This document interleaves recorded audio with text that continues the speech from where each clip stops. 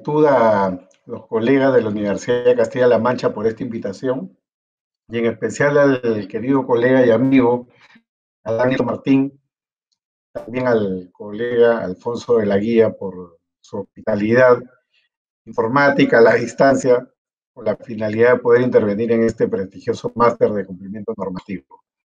El tema que trato es el relativo al compliance y el ejercicio de la abogacía. Este es un tema harto complejo. Voy a tratar por lo menos de plantear las cuestiones más importantes para que esto se pueda entender. Por lo menos se puede entender el mapa de problemas que están detrás de esta cuestión.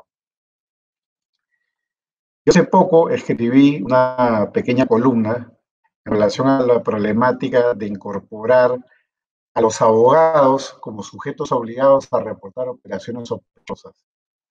Quiero decir con esto que desde el punto de vista regulatorio, en muchos países, no son pocos, ya existe una regulación que obliga a los abogados a convertirse en sujetos obligados a reportar operaciones o transacciones sospechosas ante las autoridades.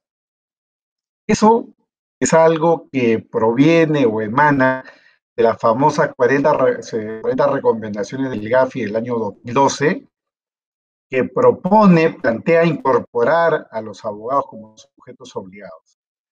Evidentemente, esto nos pone en el terreno del compliance obligatorio.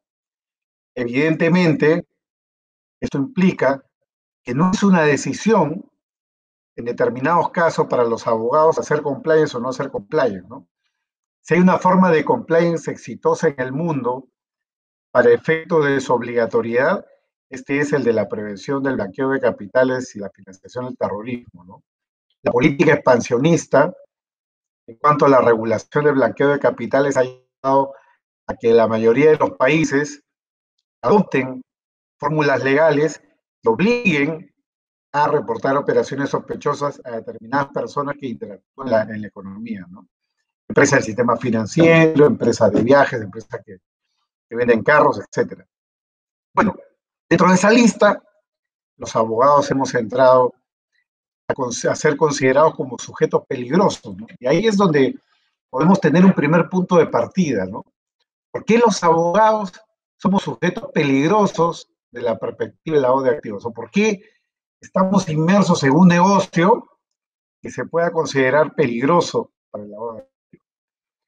La aplicación es muy sencilla, tiene como punto de partida el dato criminológico, ¿no? Muchas de las actividades de blanqueo de capitales, sobre todo las que encuentran formas más sofisticadas, pasan por la intervención de abogados y contadores.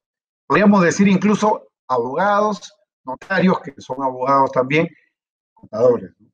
Es decir, todo el circuito financiero, el gran circuito financiero que emana del lavado de activos, cuenta casi siempre con la intervención de abogados, notarios, contadores. Es decir, los abogados estamos en el medio de un mercado en el cual las principales operaciones sospechosas o las principales operaciones ligadas al blanqueo de capitales cuentan con la intervención de un abogado. Reporte de operación sospechosa, ¿no?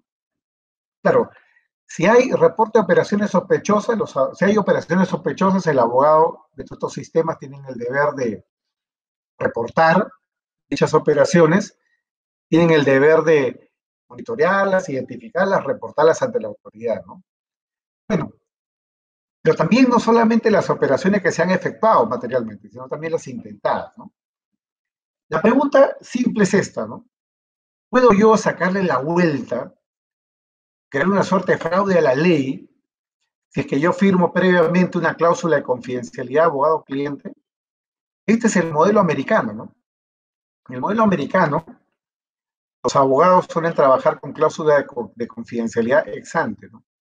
No es que primero te consulto el caso, es que primero te consulto el caso y luego tú me dices si lo puedes llevar.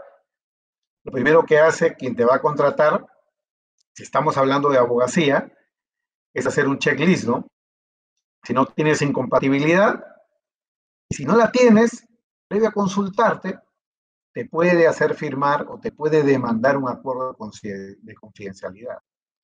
Claro, tú lo firmas y todo lo que se te entregue desde ese momento, claro, en tanto no sea para defensa en causa propia, que siempre es una excepción a la confidencialidad de las diferentes regulaciones, tú no lo puedes revelar, porque eso forma parte de la confidencialidad abogado y cliente, y conforme a la regla de nuestros países, incluyendo España, Brasil o Perú, Alemania, si hay un acuerdo de confidencialidad, entonces esto no puede ser roto.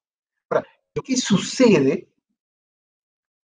problema práctico, ¿qué sucede si ya en el análisis fino, esta transacción o operación intentada o efectivamente realizada, como lo peor, ¿no?, es detectada por el abogado y considerada como sospechosa? Pero hay una cláusula de confidencialidad, ¿no? Está liberado el abogado de esa confidencialidad, de la reserva profesional, si es que a raíz de la información que maneja se puede concluir que existe un caso de blanqueo de capitales. Esto ha recibido diferentes respuestas en los países, tribunales supremos, cortes constitucionales. Yo en particular considero que en este tipo de casos estamos ante una colisión de deberes, ¿no? Una colisión de deberes. Es decir, es un tema que se puede resolver en el ámbito de la antijuricidad, ¿no? Cuando hay colisión de deberes, cuando hay colisión de intereses, esto es algo que se puede resolver en el ámbito de la antijuricidad. Por un lado, tengo el deber de confidencialidad frente al cliente, y por otro lado, tengo el deber de reportar una operación sospechosa, ¿no? ¿Qué opciones tengo yo, no? Es un tema que podría resolver bajo la lógica del estado de necesidad justificante, o trabajarse como un problema también de culpabilidad, ¿no?, como la colisión de deberes propia de quien actúa en ejercicio legítimo de un derecho, oficio o cargo. En fin, son temas que están puestos allí para la discusión. Por otro lado, el deber de hacer un reporte de operación sospechosa viola la prohibición de autoincriminación, y más aún si el abogado ya participó en esa operación o negocio, ¿no? Pero alguien podría decir que no, yo podría decir también que no, pero en verdad, quien hace un reporte de una operación ya ejecutada, donde el abogado ha podido ser negligente, y especialmente en aquellos países donde hay la penalización del blanqueo de capitales imprudente, como es el caso de España, podría ser un supuesto de incriminación. Claro, hago el reporte, pero puedo estarme a la vez autoincriminando, ¿no? Entonces, en ese caso, yo sí pienso que podría regir tranquilamente el nemo tenetur, ¿no? Peor aún, más complicado, ¿no? Nemo tenetur y firmas de abogados, ¿no? Donde, claro, ya el deber, digamos, el derecho a no autoincriminarse ya no se predica respecto del abogado, sino de una firma de abogados, es decir, una persona jurídica. Cada vez que una persona jurídica se acoja al derecho al silencio, al derecho a la no autoincriminación, gran punto de discusión. Yo personalmente creo que sí, bajo determinados límites. Este tema lo he tratado ya en otras conferencias por temas de compliance, pero creo que el nemo tenetur se hizo un prodere, rige para las personas jurídicas en aquellos casos en los cuales puede haber una motivación equivalente al de las personas naturales. Es decir, donde hay un verdadero riesgo de incriminación, en este caso para la persona jurídica, en países donde la persona jurídica puede responder penalmente, como es el caso de España, Chile, Perú, Argentina, etc. Ya voy terminando para no sobrepasar mucho la hora. Solo dos láminas más. Si vamos a hablar del cliente y la debida diligencia, no puedo hablar acá de todo el compliance, de eso se trata todo el curso, pero creo que hay algunos tips que uno tiene que tomar en cuenta, ¿no?, frente a lo que es debida diligencia del abogado y la relación con el cliente. Primero, la selección del cliente, el riesgo reputacional, ¿no? Todos tienen derecho a defensa, todos tienen derecho a tener un abogado, pero claro, tú también tienes derecho a rechazar los casos en los que quieres intervenir. El riesgo reputacional emana del hecho de que muchas veces la prensa, la sociedad identifica la labor del abogado con su cliente, ¿no? Si el cliente es narcotraficante, si el cliente está imputado por corrupción, o si el cliente es repudiado públicamente porque es un asesino, un feminicida, etcétera, etcétera. Entonces, claro, hay un riesgo reputacional asociado, ¿no? Eso lo puedes traducir en dinero. Evidentemente hay abogados que pactan cláusulas de indemnidad, ¿no? Dice, oye, si, claro, no sé qué tan común sea, pero yo lo he visto no pocas veces, sino evidentemente en la práctica de algunos abogados, pactan con sus clientes reglas de indemnidad, ¿no? Si la prensa me saca un titular en contra, o si aparezco expuesto en algún medio de comunicación de forma negativa, el cliente tiene que asumir un costo adicional. O por el solo hecho del riesgo, esto es algo que puede ser valorado en términos de compliance dentro de la propuesta de honorario de servicio, ¿no? Riesgo legal, ¿no? Es el riesgo de que el abogado, a raíz de su actividad, por error judicial o porque realmente está incurriendo en una práctica que puede ser considerada ilícita, sea objeto de imputación. El abogado imputado, o como pasó en mi país, que se allanaron varios estudios de abogados, incluyendo una firma internacional de abogados, ¿no? La aplicación de las reglas del due diligence, ¿no? Esto es algo como los bancos, conoce a tu cliente, ¿no? ¿Cuáles son los límites del due diligence? Esto es algo que tiene que ver con la aplicación de los controles específicos, ¿no? Y por otro lado, los controles financieros, ¿no? ¿Cómo tratar el tema de los honorarios maculados? Si tú como abogado sabes que está cobrando honorarios maculados, ¿asumes ese riesgo, no lo asumes o lo rechazas? Claro, las buenas prácticas, el compliance, te mandan que lo tienes que rechazar. No es la práctica de todos los abogados, ¿no? No es la práctica de todos los abogados. Hay muchos abogados que asumen el cobro de los honorarios maculados, especialmente en efectivo, porque consideran que el pago es parte del ejercicio del derecho de defensa, de deber de defensa que tiene que hacer el abogado, ¿no? Con la discusión internacional acerca de si el abogado que cobra honorarios maculados, muy bien, lava activos o no lava activos. Y sobre eso hay sentencias contradictorias en casi todos los países. Por último, o penúltimo, porque nos falta una lámina nada más, el tema del success fee, ¿no? El honorario de éxito, ¿no? ¿El abogado puede cobrar honorarios de éxito o no? Yo siempre pongo el ejemplo de Canadá, ¿no? Canadá es un país muy exigente. Muchas empresas canadienses, cuando contratan abogados, en países donde la abogacía se maneja en un contexto de mucha corrupción, las empresas pueden no pagar honorarios de éxito. Pagan hora de servicio, pagan honorarios por etapas, pero no pagan un premio porque consideran que el honorario de éxito puede incluir un pago corrupto. Solo 3 notas, con esto acabo, sobre la administración del riesgo de corrupción, ¿no? Primero, apunte sobre la matriz de riesgo, ¿no?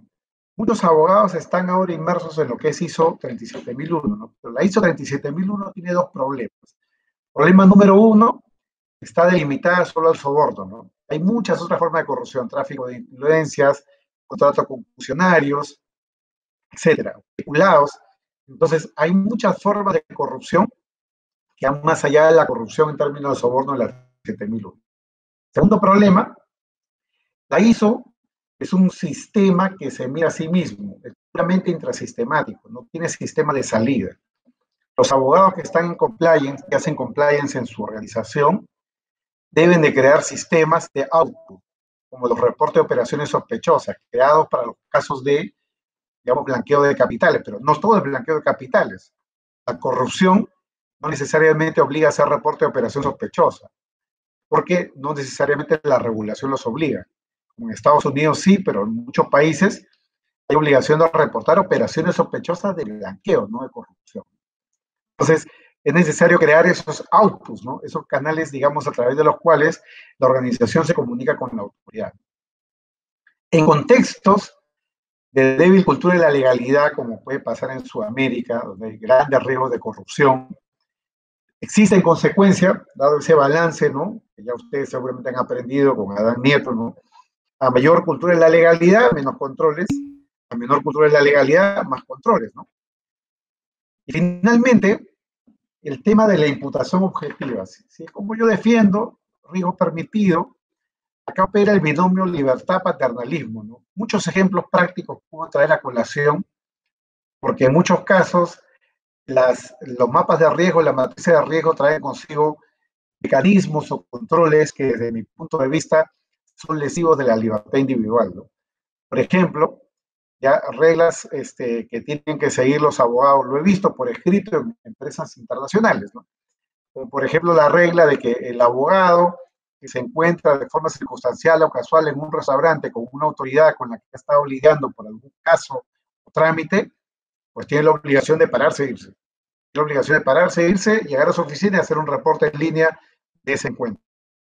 ¿Por qué? Porque alguien los puede haber visto, alguien puede haber tomado una foto y alguien puede decir mañana que eso es un precedente o una secuela, hecho concomitante, un acto de corrupción o tráfico de influencias o lobby ilegal. Claro, un ejemplo de tantos que se me puede ocurrir en este momento, las prohibiciones que pueden traer consigo los manuales de cumplimiento. Creo yo de que hay que defender la libertad, ¿no? El excesivo paternalismo en el compliance lo que va a traernos es una serie de reglas que la gente o el personal, las personas no van a querer cumplir, y en consecuencia un fracaso del sistema de cumplimiento. Las reglas tienen que estar creadas, y ahí voy a utilizar un término del compliance tailor-made, ¿no? A la medida del cliente, a la medida de la organización. Muy agradecido una vez más por haberme acompañado en esta ocasión y especialmente a la Universidad de Castilla-La Mancha por haberme invitado. Buenas tardes, éxitos.